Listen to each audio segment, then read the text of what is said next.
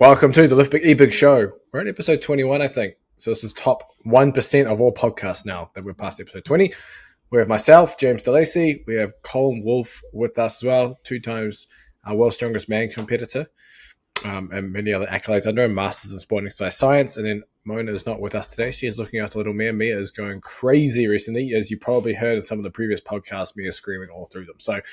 But today we're going to talk about being farm boy strong. And I'm sure some of you listen to this may be like, what the fuck does farm boy strong mean?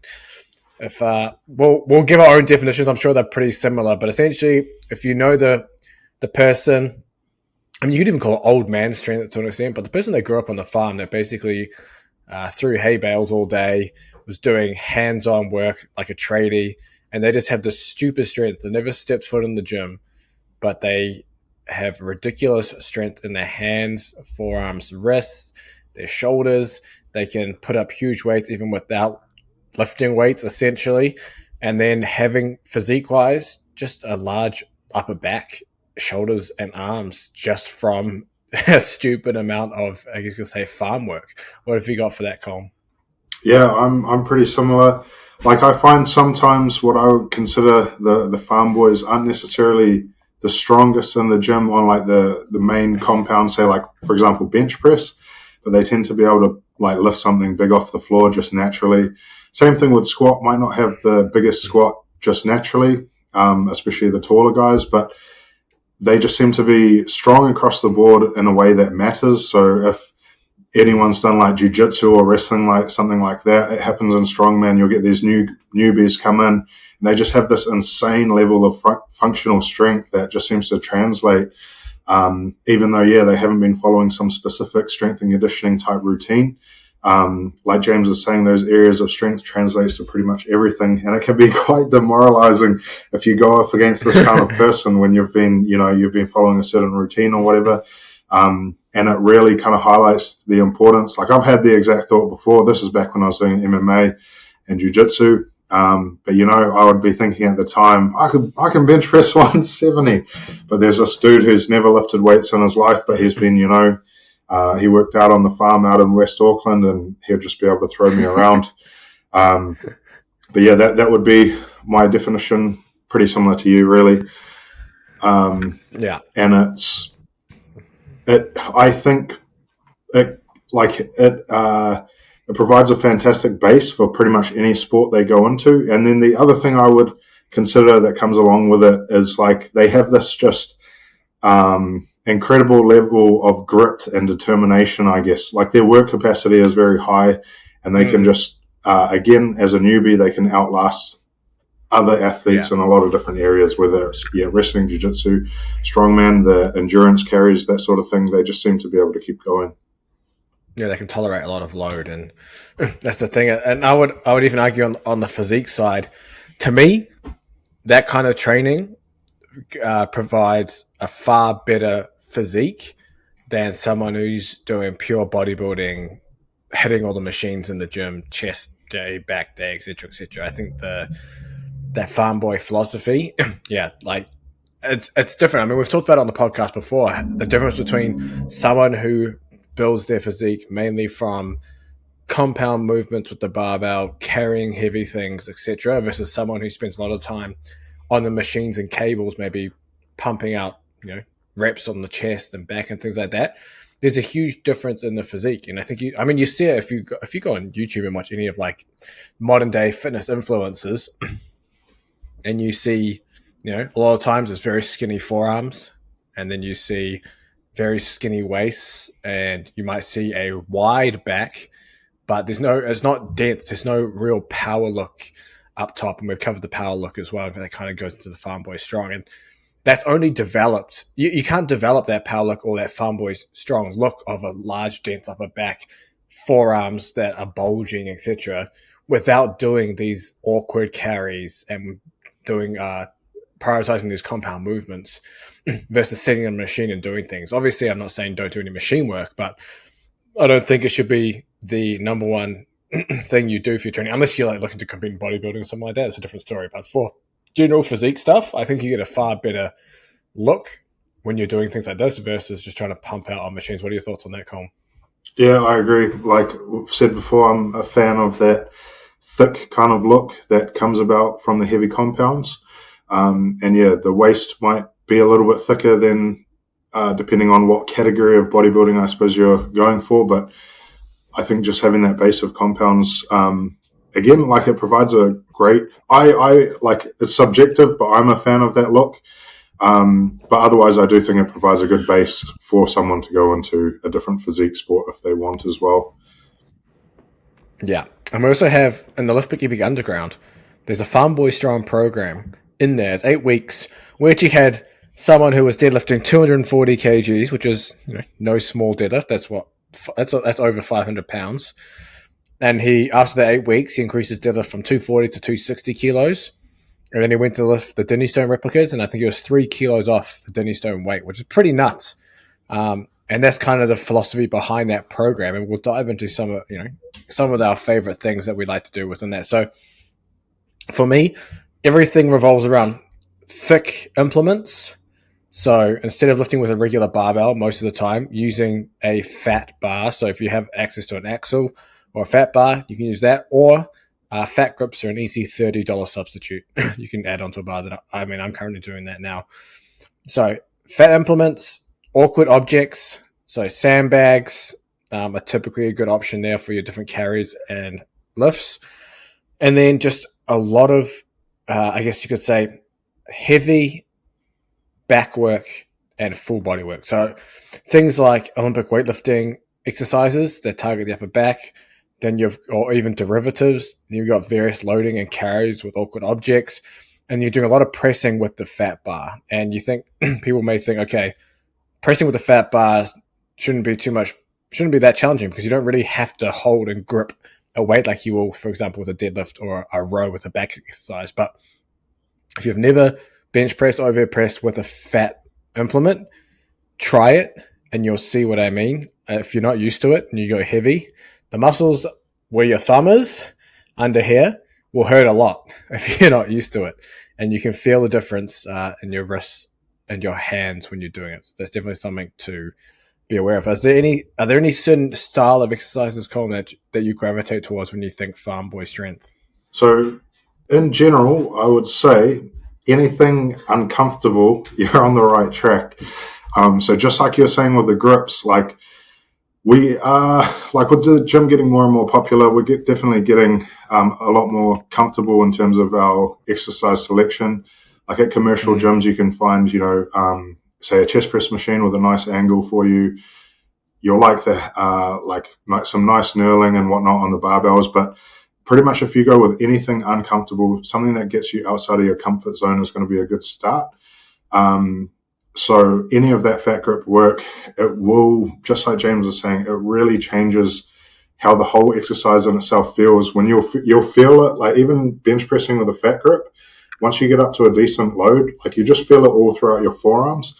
And that, how we were mentioning earlier at the start with grip strength being such an iconic part of the classic farm boy type thing, that grip strength carries over to most things. Like what's the standard barbell, like 28, 29 millimeters in real life? 28 to 29. In real life, when we're like carrying stuff, we're pretty much never carrying something with that nice diameter.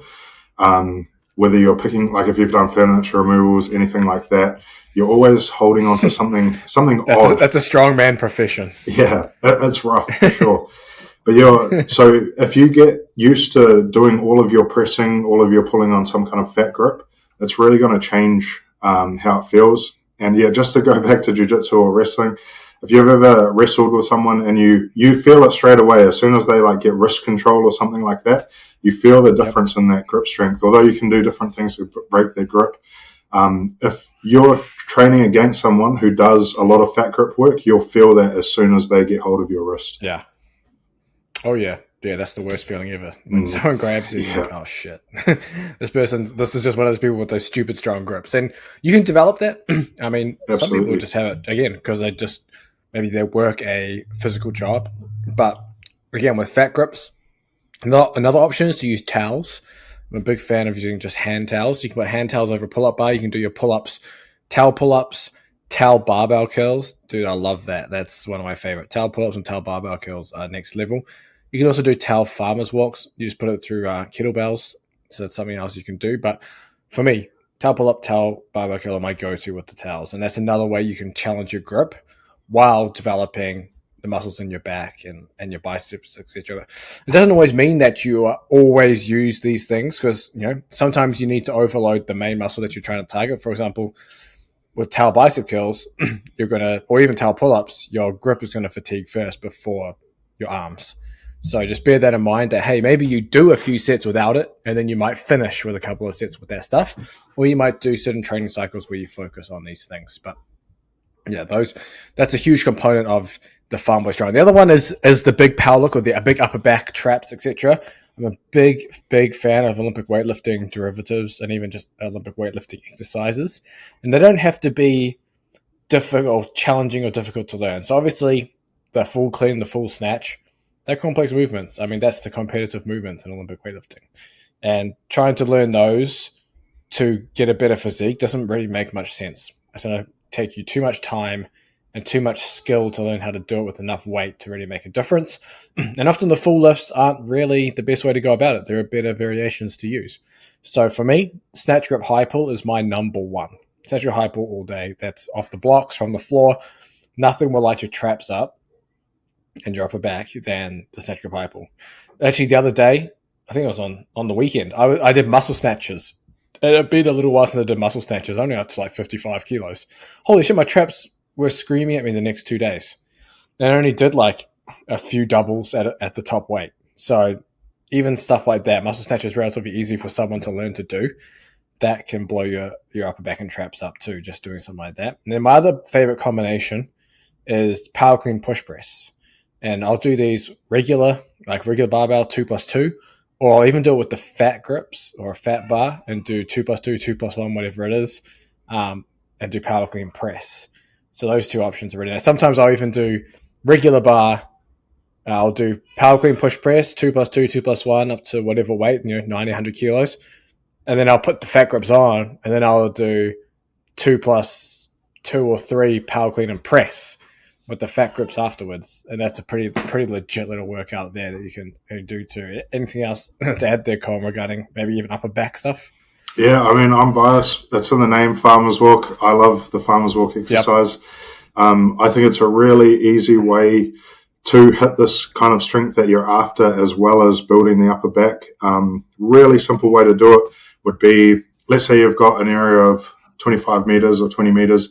I would work up to a heavy set of 20 meters and then do a back off set around like 20% lighter than your top set, where you just go as long as you can, keep walking back and forth.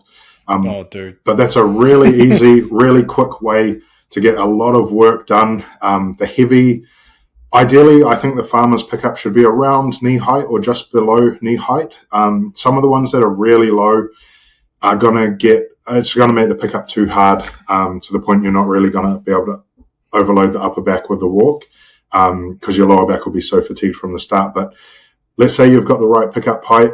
That heavy set is going to take a lot in terms of back strength to pick it up. And then the time under tension that you're walking, that heavy weight is going to be pulling down on your upper back continuously while you're trying to stay nice and upright. Hammers the upper back big time, hammers the grip. And then the back down set, where you go as long as you can, although it's a quick workout overall, it honestly builds like a fantastic general endurance level, like across all those muscle groups. It gets you breathing big time. And another option you can do is to do that back down set with the fat grips as well, if you want to focus a little bit more on grip. So if grip is already a weakness, I probably wouldn't do it with the fat grips. But those taller guys with naturally larger hands who already have the type who feels like they can hold on to anything, the pickup is the harder part, you could do your back down set with fat grips.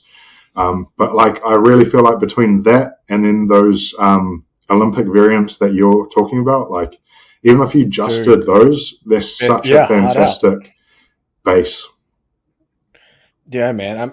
People get caught up in these elaborate programs and stuff like that. Man, you can go so simple. Like even a lot of the old-time strongmen would do ultra abbreviated programs where it was like 1 or 2 lifts a day.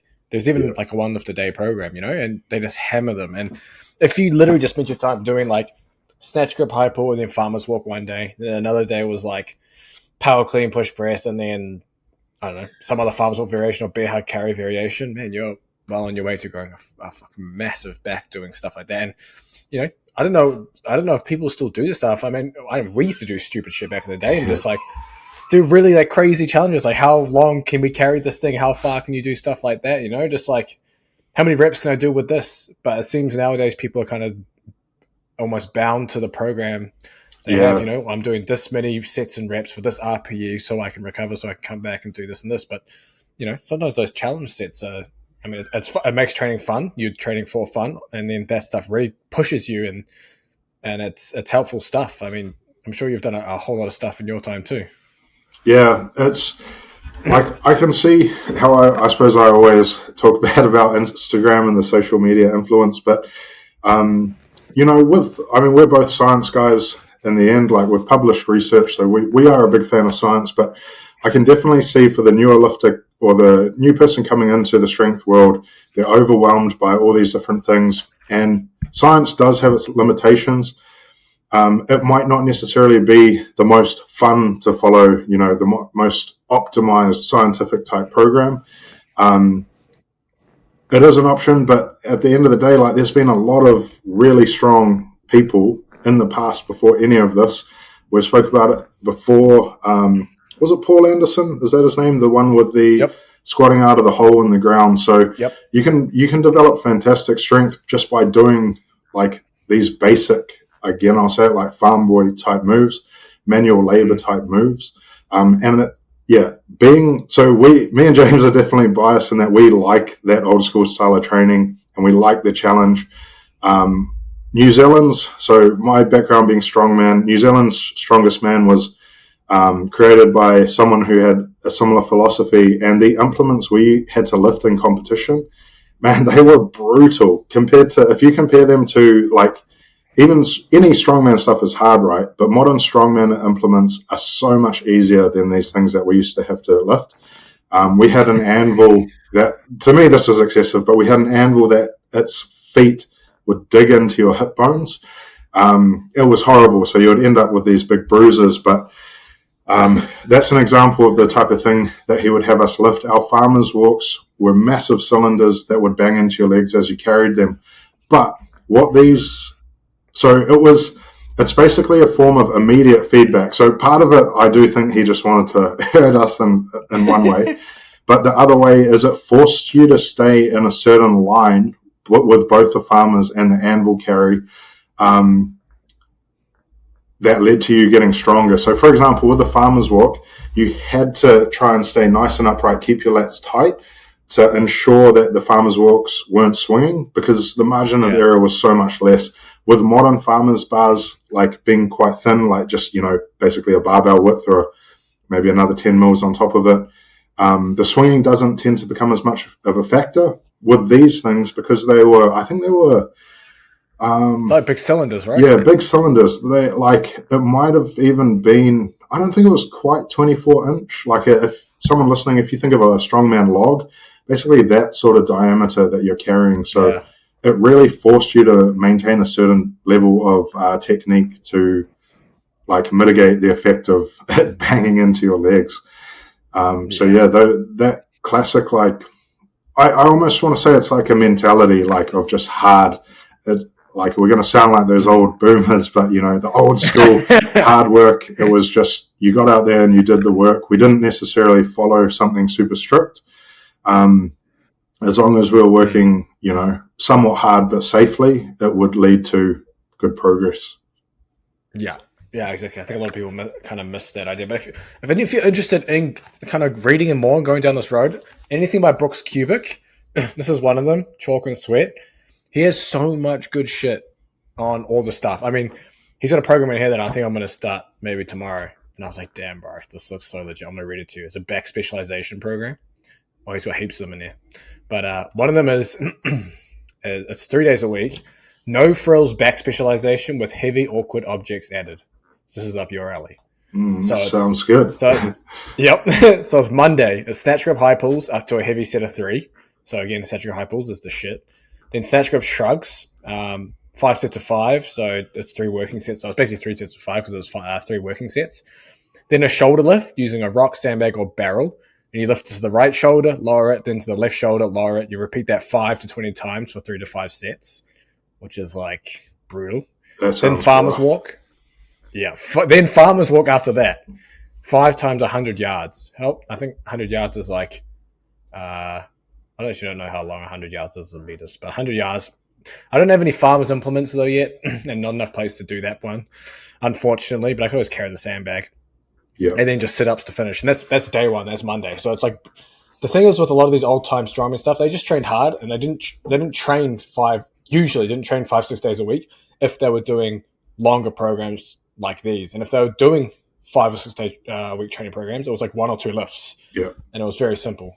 And then Wednesday, or second day, is either log bar press or military press, working up to 3 working sets of 5 to 6.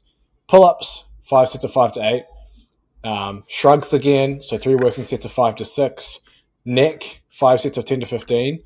And then he's got a few options, either a tire flip circuit, 5 to 10 times, or sandbag carry, 5 by 50 to 100 yards walk, or backwards sled drag.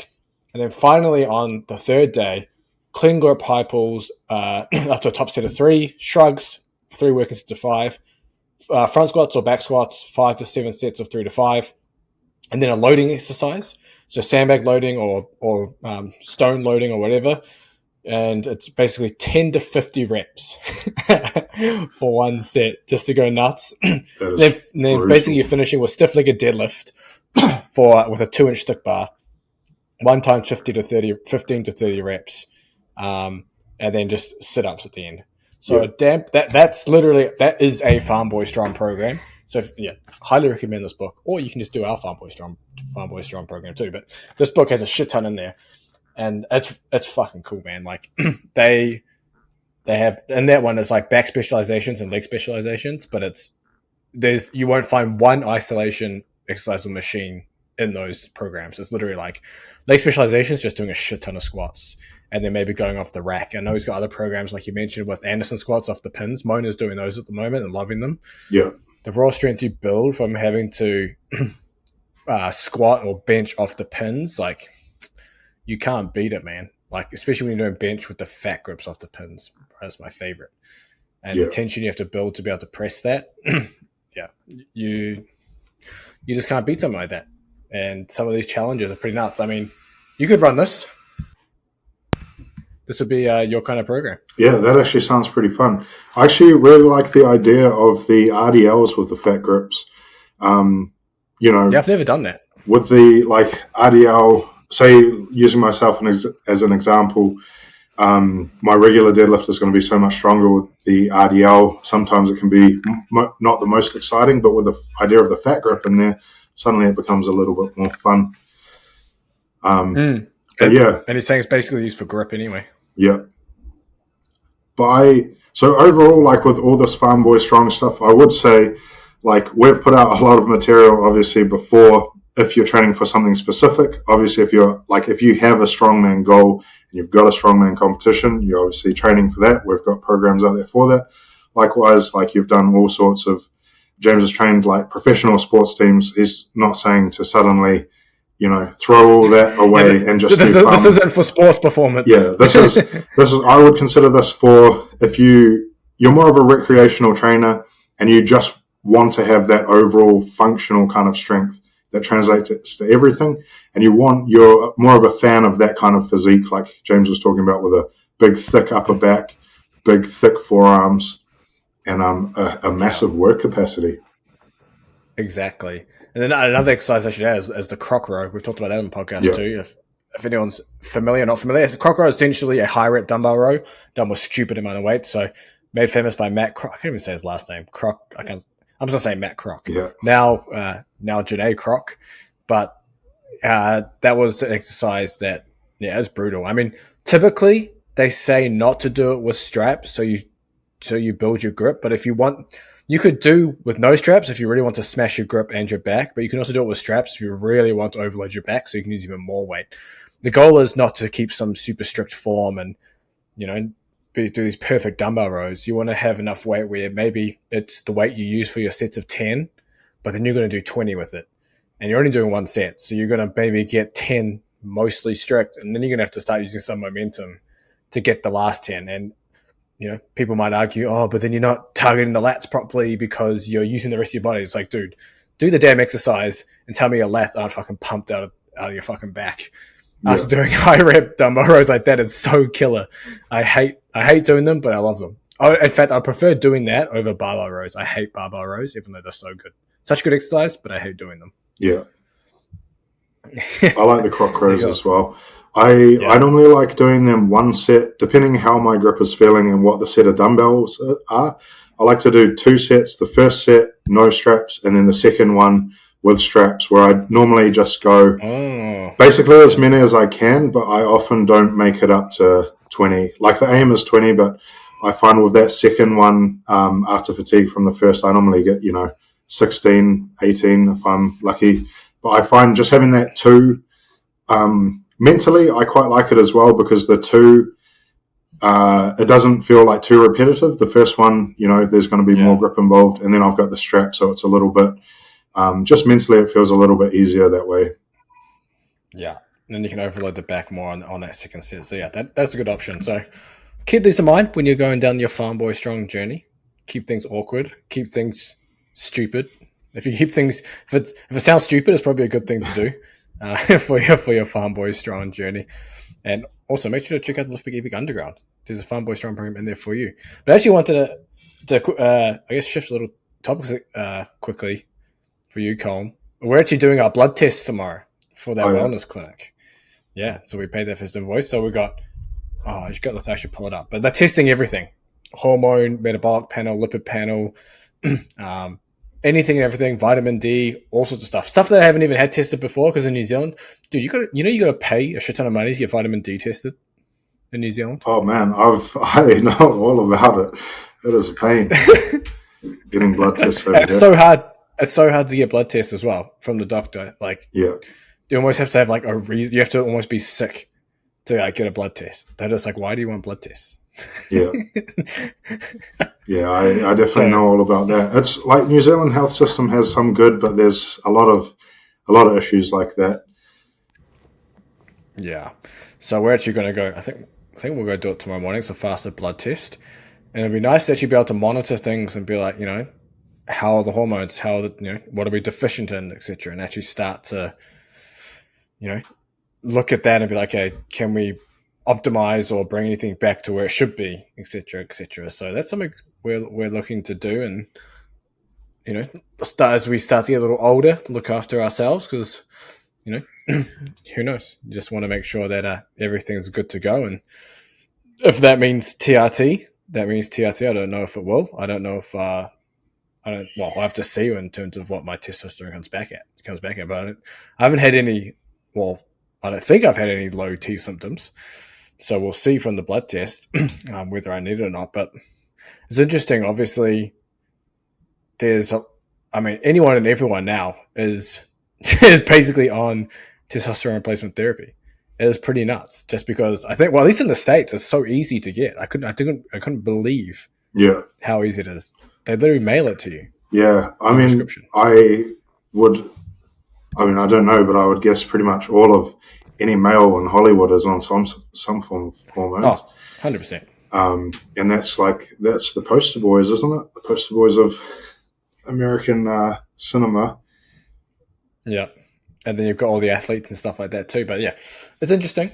Unless I'm very deficient, we'll see if that is the route I go down. It's always a tough one to decide. So I'll definitely be talking to the docs and stuff if that's something if I need it or not. Because once you're on, it's pretty much a life thing, right? In terms of hormones like that, because you got to try cycle off at some point, but it doesn't make any point if you need it. Then you just need to take it. But I'm pretty sure I'm all good. Yeah. I hope. Well, it'll be interesting to see because you're cutting at the moment as well, right? Yeah, I was a bit, and then Vegas with that conference, and I'm I just think I've saying been doing it'll so. be cool to have a few. Because are you planning to continue the cut? Yeah, Well, I'll be back on coming back down. regardless of I suppose what you end up deciding, but if you've got some baseline blood panels from people who know, like actual doctors and know what they're looking at, and then Mm, you implement whatever you're implementing in terms of your training, and then seeing yeah. what kind of effect it has on it. Mm, Because people talk about calorie deficits can bring down testosterone levels and whatnot.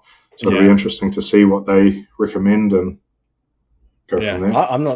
I'm not going very aggressive on that, so it's all good. And I think the biggest thing is obviously with the baby, she's crazy, and we're exhausted from it. Yeah. So I think that's the thing that will probably influence the panels the most right now. How many hours of sleep do you reckon you're getting at the moment? I think we're still getting like relatively normal hours of sleep. It's just the quality because we wake up. Oh You gotta yeah, wake up broken in the night.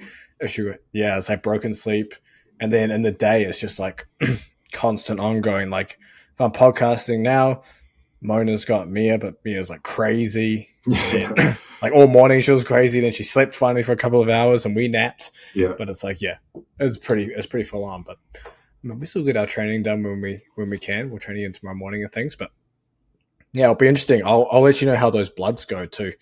And I've still got old. I think I've still got old bloods from when I was in my early 20s. Yeah. I got done way back then. I think those are somewhere on my computer. And then I had to get some. I think I had to get blood tests for immigrating back to the USA. Oh, But I okay. don't think that they didn't do. Did they do testosterone? I can't remember. I think they did. I think I have to double check what they did. I had to get a whole bunch of blood tests That's funny to if come they back did here. your testosterone for you moving Yeah, over like you there. don't have enough tests Yeah, to be an American. that's pretty funny. Yeah, I have to check. I know they tested a bunch of stuff. I can't remember if it was testosterone. I'm pretty sure they did actually. Yeah, I think it must be on my old phone. I have to have a look. But yeah, I mean, if anyone's listening to this thing, like, why the fuck are you guys on about this stuff? I think it's important to start to at least track this stuff, even to have a baseline. Like if you're a little younger, because as you get older, then you have something to reference to when you do your blood tests and stuff. So just monitoring your blood work is just good for general health. You never know if they catch something or whatever that could potentially save your life just because you're doing consistent blood work. Something gets elevated and it's like, well, why is that there? So that's something that's important. Then obviously, if you are, replacing hormone stuff, then it's even more important that you're doing regular blood work because you don't want to be overshooting, um, your dosage and things like that too. So just be aware with that and be diligent with your testing there. But I think that it covers everything with the podcast. Colin, was there anything else you wanted to add there? not really. We've got the Giants live this weekend, so September 2nd, Oh I think. shit! Yeah, so we'll finally find out if anyone hits the 505 deadlift. But yeah, final podcast before then. My prediction is no one will get it.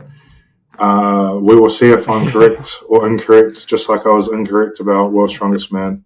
So I could be. I actually hope I'm wrong about this. I would actually, like to see someone get it. Um, Kind of just to move on a little bit from the whole Thor versus Eddie thing, and the 500 and the 501. It would be nice if someone just had 505. And that's the end of it. But at the same time, it is probably it won't be the end of it. is it being live streamed? You'll have to sign up and pay, Everything's a which I'd payment love to these days. say is guaranteed, but I think I've mentioned before it went. I stayed up late one time and it just didn't work. I was pretty annoyed, so I haven't done that since. It says join to watch live stream, and let's see. Oh yeah. Oh, it's a membership. Interesting. It's $10 a month, or $100 a year. Yeah, Do they have a lot it's of good definitely memberships? Do cheap. they? It's definitely cheap, and if you're fine with going back and rewatching them, it's pretty good. Um, I was just annoyed that time that I stayed up late and wasted my time. Unfortunately, it happens with the streaming events, but every now and again, there's a stuff up with the live stream. Dude, they have a almost like online courses in the community forum there. they're training tips from the top guys as part of the membership. So it's a forum with the world's strongest men in there. Yeah, Chat to other athletes in the community from. Interesting. they've got that, and then they used to tie it in with the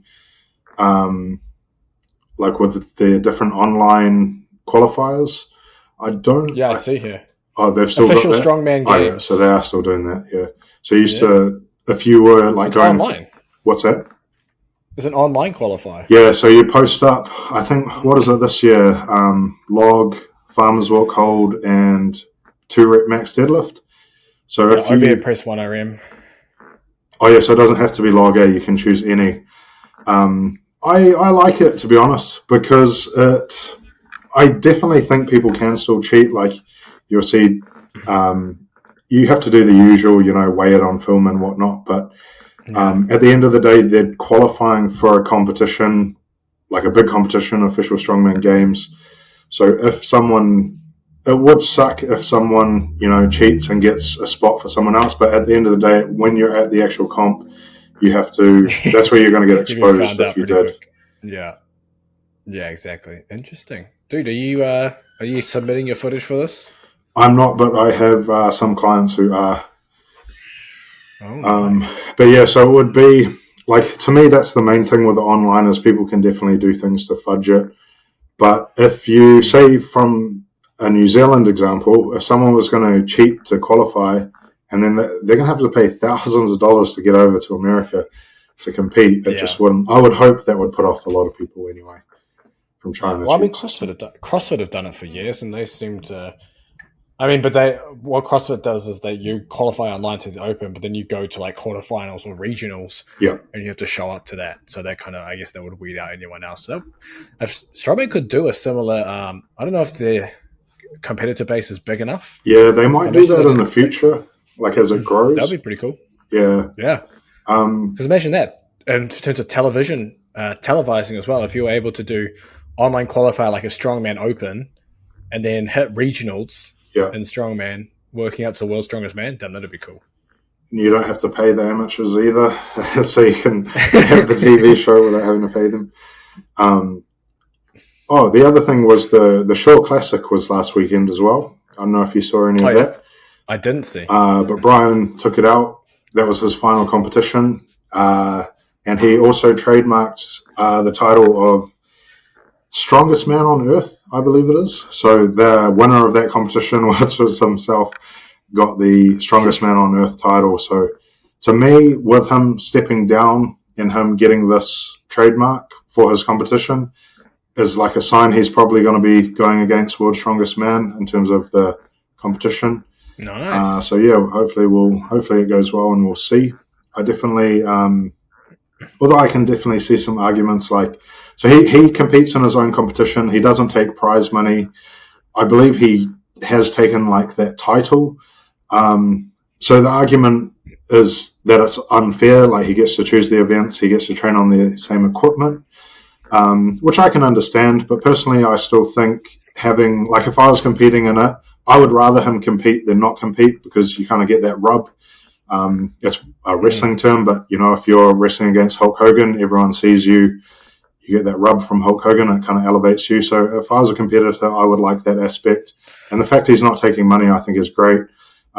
Taking the title, it is what it is. I'm not fussed about it, but I think he's retired now. So I mean, he's retired with the title, and then next year it'll be whoever.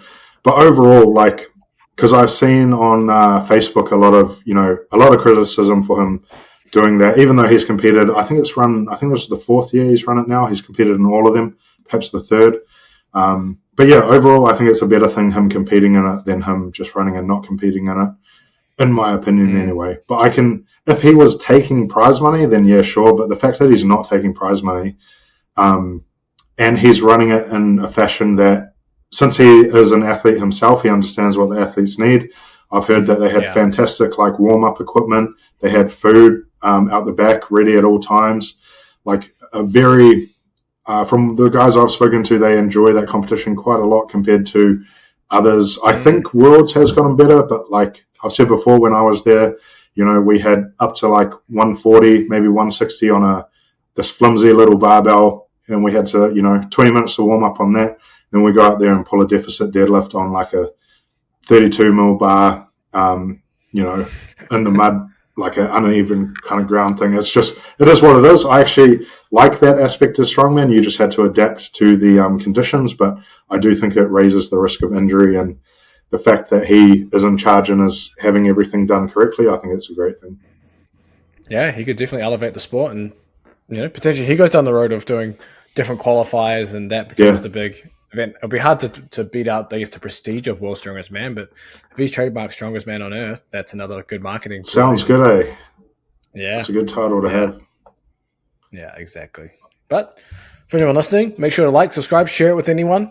Also, make sure to tune in next week. We'll have another episode for you. I think we're actually talking about getting shredded next week, losing weight. First time we're talking about losing weight. So we'll cover a lot of different things on that episode. So stay tuned for that next week. Thanks for listening. Make sure you leave us a review as well if you can. It helps us a lot. Make sure you check out the Lift Biggie Big Underground. That'll be in the description, which has all the training programs and the private community where we can help you with any training that you need.